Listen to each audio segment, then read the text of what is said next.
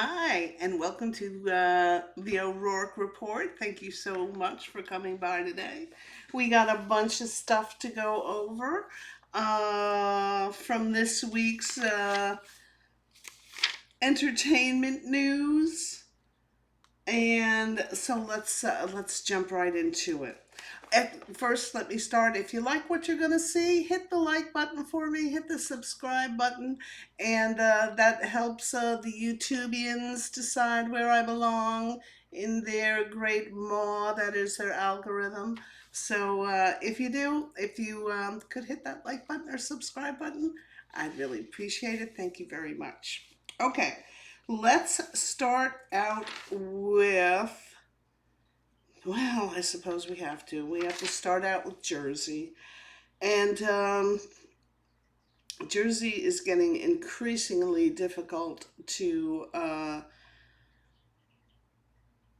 stomach. There's not much to like. There's not a lot of people to like.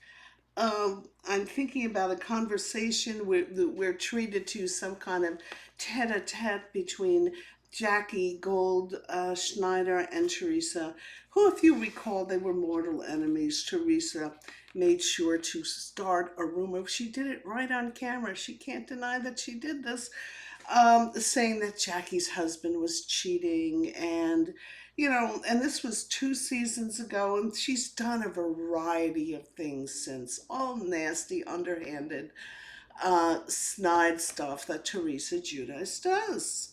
So that Jackie has now decided to align herself with Teresa only makes sense in one for one reason in my mind. Jackie 2 years ago was demoted. It's not the word, but was no longer a full time cast member. She was brought on as a friend of, because she was dealing with some health issues. She's very open about it, anorexia, I believe, and bulimia, and she wrote a book about it, and she had a lot of things that she had to deal with, and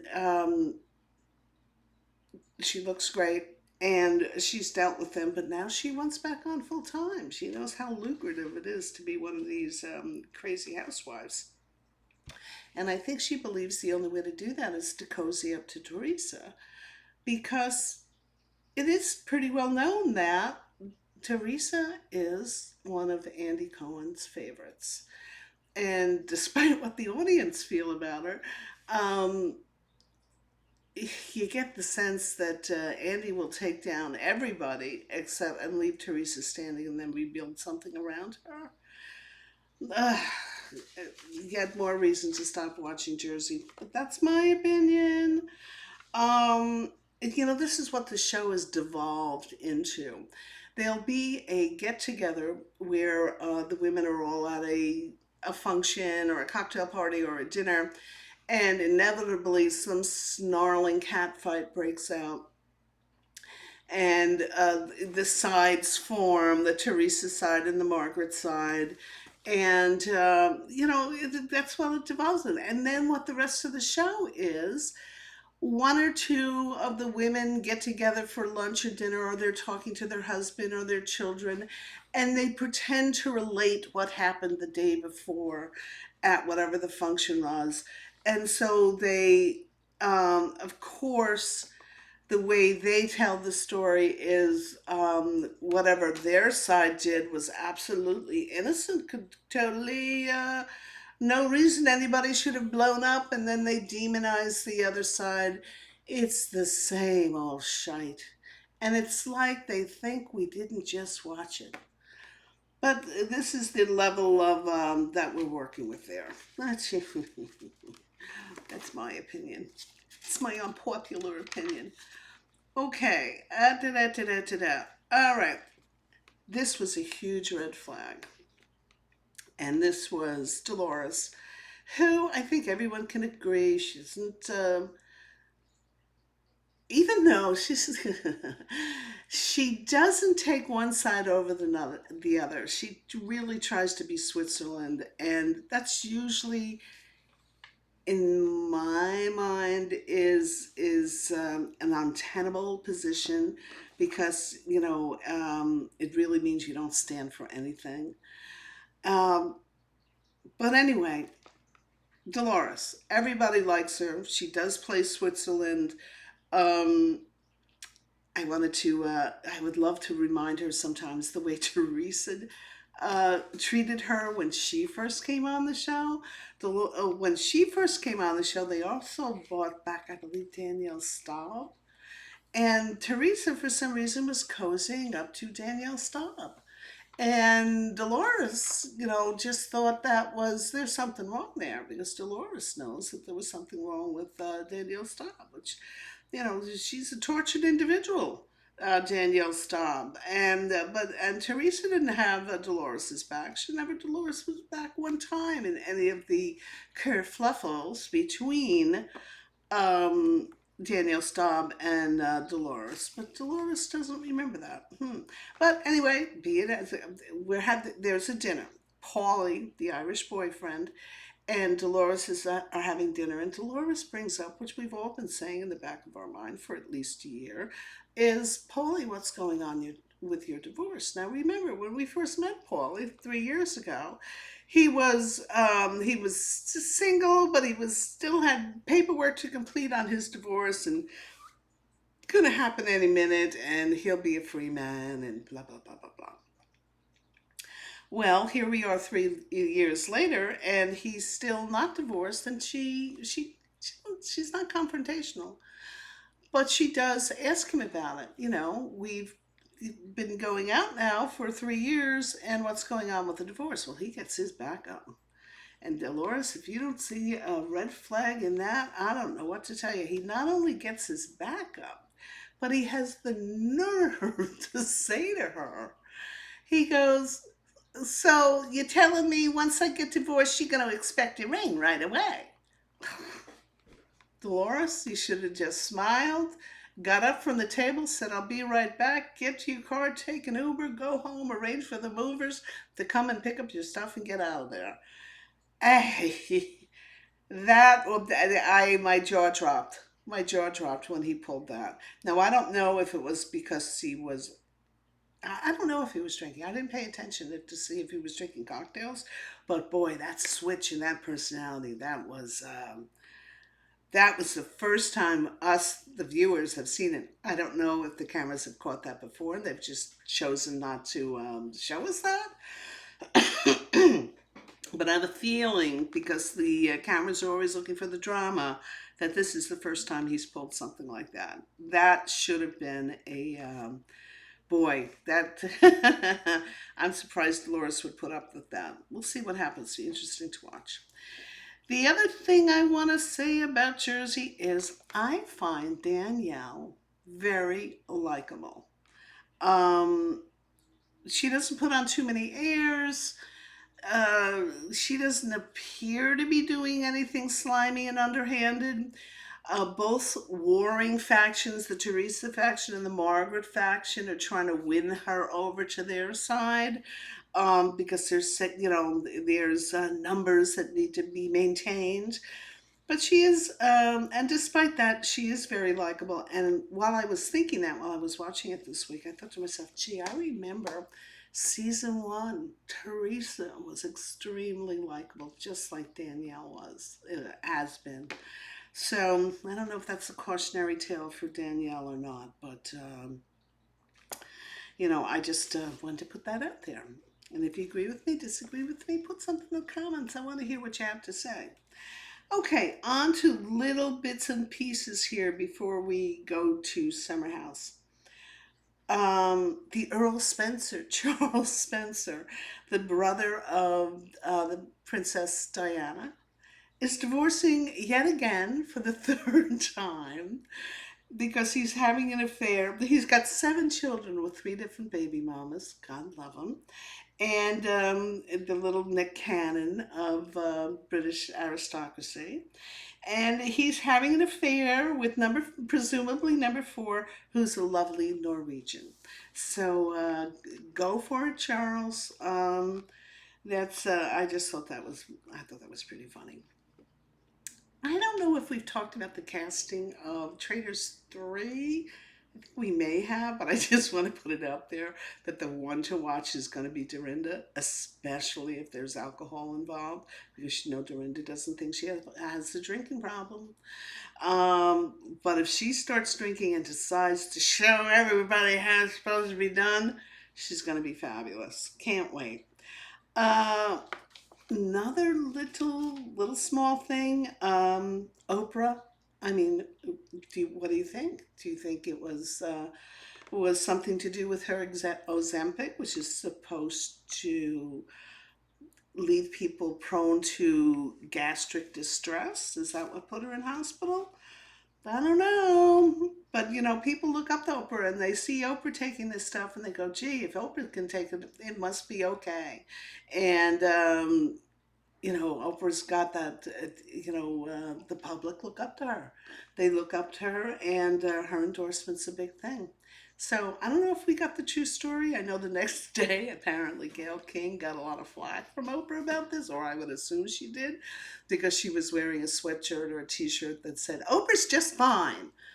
And then the turn around the back and says, thank you for asking. So, yeah, that was a worldwide story there, Gail King. I don't know whether you knew it would blow up like that or not. So, other little things, small, is, and I know I mentioned this the last time we had a get together, was Kenya Moore from Atlanta has been suspended indefinitely.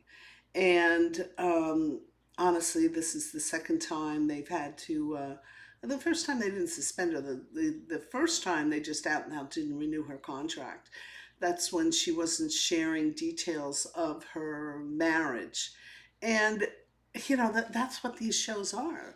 They're approached by producers, or they interview. They want to be cast. They agree that they want to show every detail of their lives, and these things are going. These contracts are gone over with a fine tooth comb. They know what's expected, and the producers are very upfront. So when she hid details that she was engaged, no less married, the producers didn't renew her contract because clearly she was doing things behind the scene. But they brought her back on. She was still the oh God, exquisitely damaged Kenya Moore.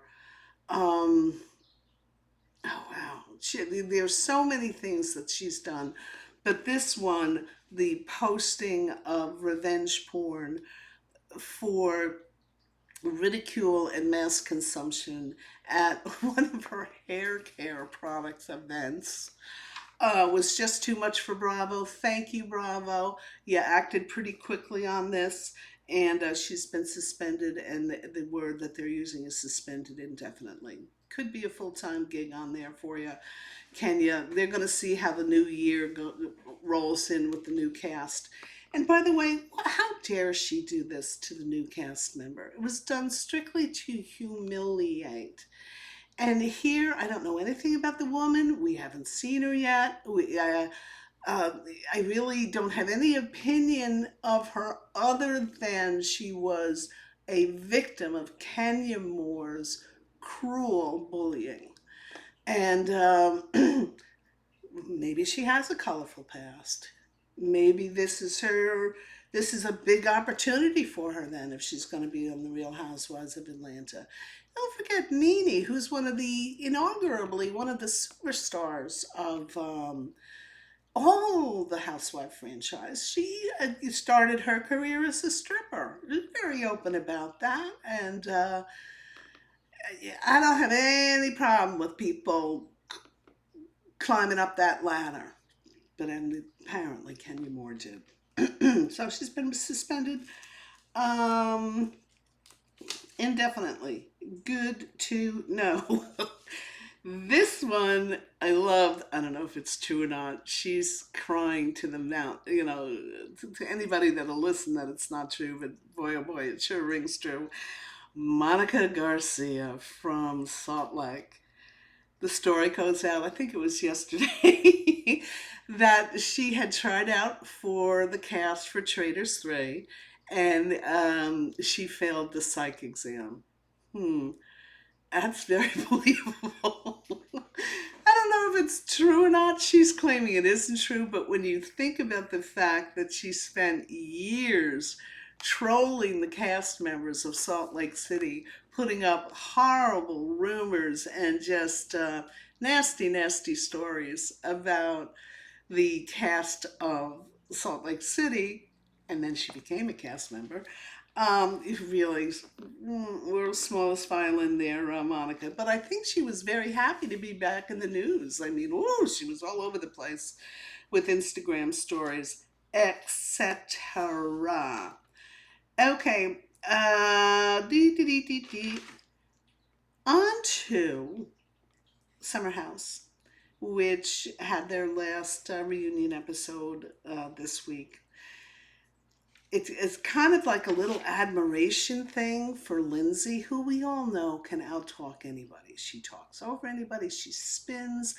No matter what you say, boy, she can find the tiniest little opening that she can slither through and claim victimhood. It literally, well, she was finally called to task where she couldn't squiggle out of it. But the only way that happened is it was 3 against 1, working very well without anger. You had Kyle, Paige, and Andy. God love you, Andy.